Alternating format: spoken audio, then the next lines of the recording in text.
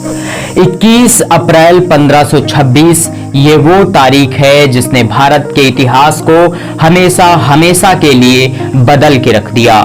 इस दिन जो हुआ, अगर ये नहीं हुआ होता तो आज दिल्ली का लाल किला नहीं होता, आगरे का ताजमहल नहीं होता, दिल्ली की जामा मस्जिद नहीं होती, अकबर बीरबल की कहानियां नहीं होती, हल्दी घाटी का युद्ध नहीं हुआ होता, औरंगजेब जैसा नृशंस शासक नहीं होता और जोधा अकबर जैसी फिल्में देखने को नहीं मिलती। आखिर क्या हुआ था उस दिन? उस दिन जो हुआ, अगर ये नहीं हुआ होता तो शायद भारत का इतिहास कुछ और होता। 21 अप्रैल 1526 इतिहास की वो घटना जिस दिन पानीपत का पहला युद्ध हुआ था और उस युद्ध में दिल्ली के सुल्तान इब्राहिम लोदी की पराजय हुई थी और भारत में एक ऐसे साम्राज्य का उदय हुआ जिसने भारत में कई सौ वर्षों तक शासन किया और इस साम्राज्य की स्थापना मध्य एशिया से आए हुए एक ऐसे असफल योद्धा ने की जिसने मध्य एशिया में कभी अपने पांव नहीं टिका पाए। सदैव मुंह की खानी पड़ी, लेकिन फिर भी महज 10-12 हजार सैनिकों को लेकर भारतवर्ष जैसे विशाल उपमहाद्वीप पर आना और यहाँ युद्ध में सफलता प्राप्त करना और फिर इतने बड़े साम्राज्य की नींव रखना, ये कोई छोटी बात नहीं है उस व्यक्ति के लिए जो कभी भी अपनी मातृभूमि में स्थायी साम्राज्य स्थापित नहीं कर पाया, लगातार वहां से खदेड़ा गया, लेकिन फिर भी वह अपना साम्राज्य भारत में स्थापित कर पाया और एक ऐसे सल्तनत की नींव रखी जिसका नाम है मुगल सल्तनत और इसके संस्थापक हैं मोहम्मद बाबर। बाबर का पूरा नाम जहीरुद्दीन मोहम्मद बाबर है। नमस्कार दोस्तों, मेरा नाम है ओमकार और आप देख रहे हैं ओमकार विजय यूट्यूब चैनल। आज की वीडियो में हम बात कर रहे हैं भारत में मुगलिया सल्तनत के संस्थापक बाबर की। बाबर का जन्म आज के उज्बेकिस्तान के फरगना में 14 फरवरी 1883 में हुआ था। इनके पिता उमर शेख मिर्जा फरगना घाटी के शासक थे। पिता की अचानक मृत्यु होने के कारण महज 12 वर्ष की उम्र में ही बाबर ने शासन संभाला। मोहम्मद बाबर अपने पिता की तरफ से तैमूर के वंशज थे और माता की तरफ से मंगोल शासक चंगेज खां के वंशज थे। इस तरह हम कह सकते हैं कि बाबर के खून में दो महान तो नहीं कह सकते, बहुत ही खूंखार और नृशंस शासकों का रक्त था।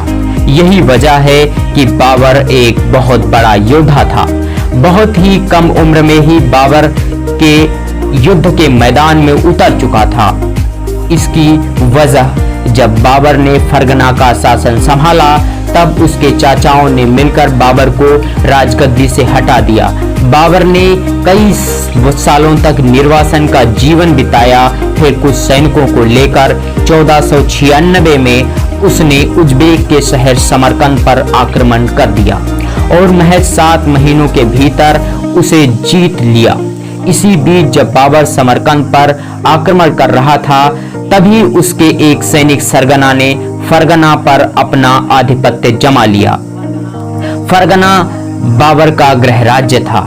जब बाबर इस पर वापस अधिकार करने फरगना आ रहा था तो उसकी सेना ने समरकंद में उसका साथ छोड़ दिया, जिसके कारण समरकंद और फरगना दोनों बाबर के हाथों से निकल गए। लेकिन बाबर ने हार नहीं मानी। 1501 में समरकंद पर फिर से अपना अधिकार कर लिया, लेकिन समरकंद बहुत ज्यादा दिनों तक बाबर के पास नहीं टिक सका। बहुत जल्द उज्बेक खान मोहम्मद शैबानी ने बाबर को हरा दिया और इस तरह समरकंद, जो बाबर के जीवन की सबसे बड़ी ख्वाहिश थी, वह भी उसके हाथों से निकल गई। फिर बाबर अपने कुछ वफादार सैनिकों के साथ करीब 3 सालों तक सेना बनाने के पर ध्यान केंद्रित किया और बदख्शान प्रांत के ताजिकों को अपनी सेना में भर्ती किया। फिर दौर आया 1504 ईस्वी का, जब बाबर हिंदू कुश की बर्फीली चोटियों को पार करके काबुल पर अपना नियंत्रण स्थापित किया। जब बाबर को नया साम्राज्य मिला तो उसे अपनी किस्मत के सितारे खुलने के सपने दिखने लगे।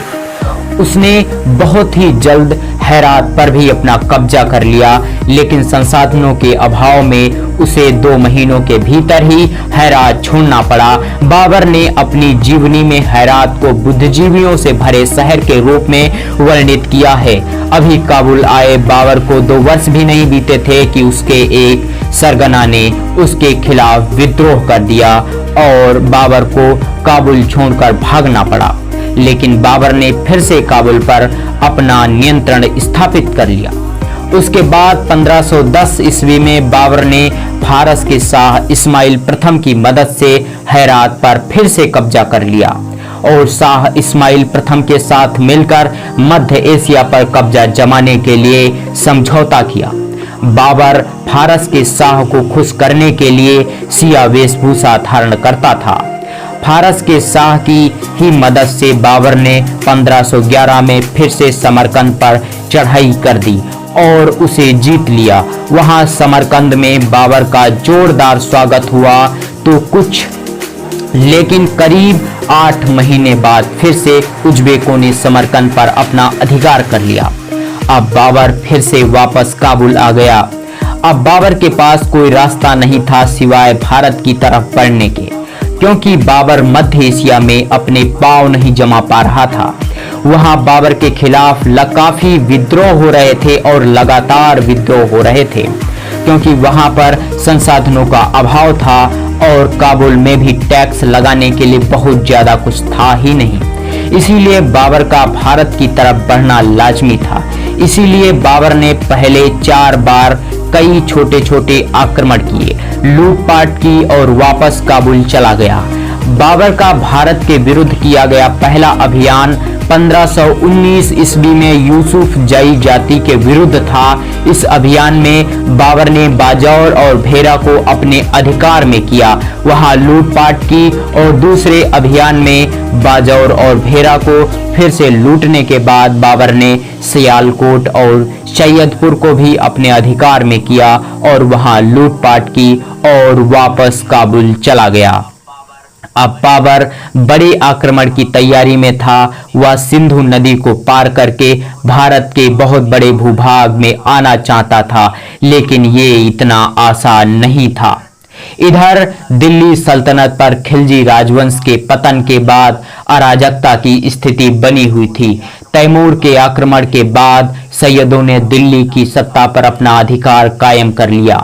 इसके बाद लोदी राजवंश के अफगानों ने सैयदों को हराकर सत्ता हथिया ली थी।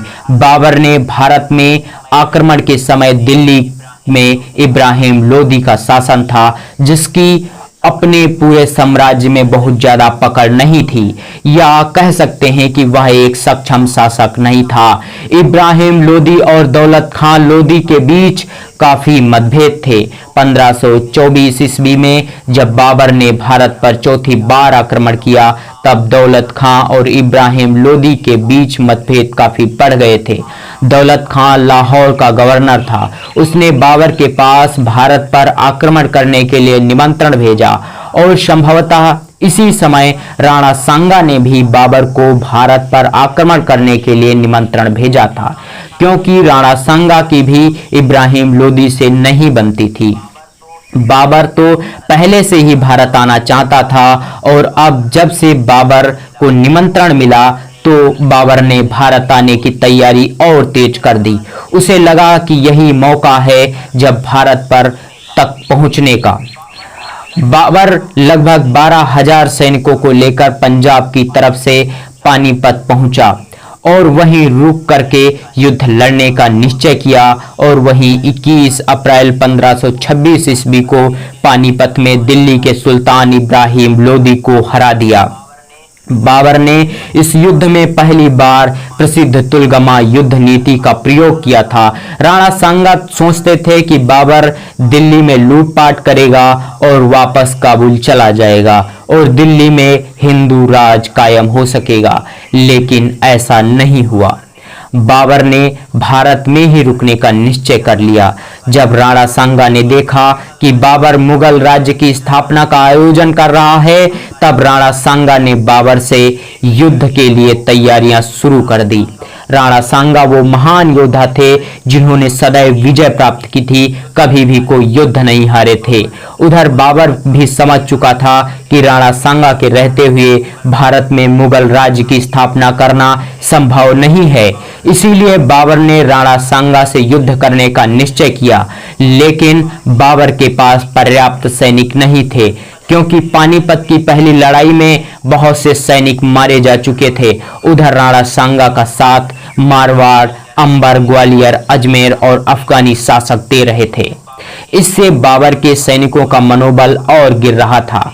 बाबर ने अपने सैनिकों का मनोबल बढ़ाने के लिए धार्मिक नारे लगाए और जिहाद करने को कहा, और साथ ही शराब पीने और बेचने पर प्रतिबंध लगा दिया। और बाबर ने मुसलमानों से तमगा कर, जो एक व्यापारिक कर था, उसे न लेने की घोषणा कर दी। 17 मार्च 1527 ईस्वी को खानवा का युद्ध बाबर और राणा सांगा के बीच लड़ा गया, जिसमें बाबर विजयी हुआ।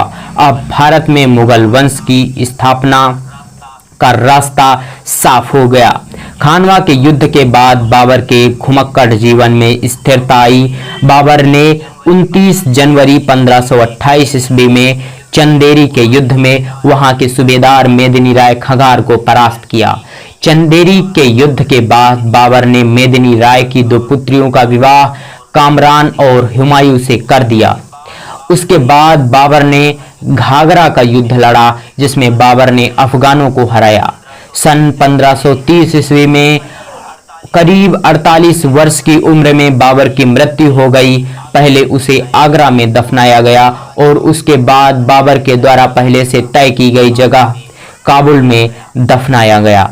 बाबर की 20 बेगम थी, जिनके कुल 11 बच्चे थे। बाबर के उत्तराधिकारी बने हुमायूं। हुमायूं की कहानी नेक्स्ट वीडियो में। तब तक के लिए जय हिंद, जय भारत, वंदे मातरम।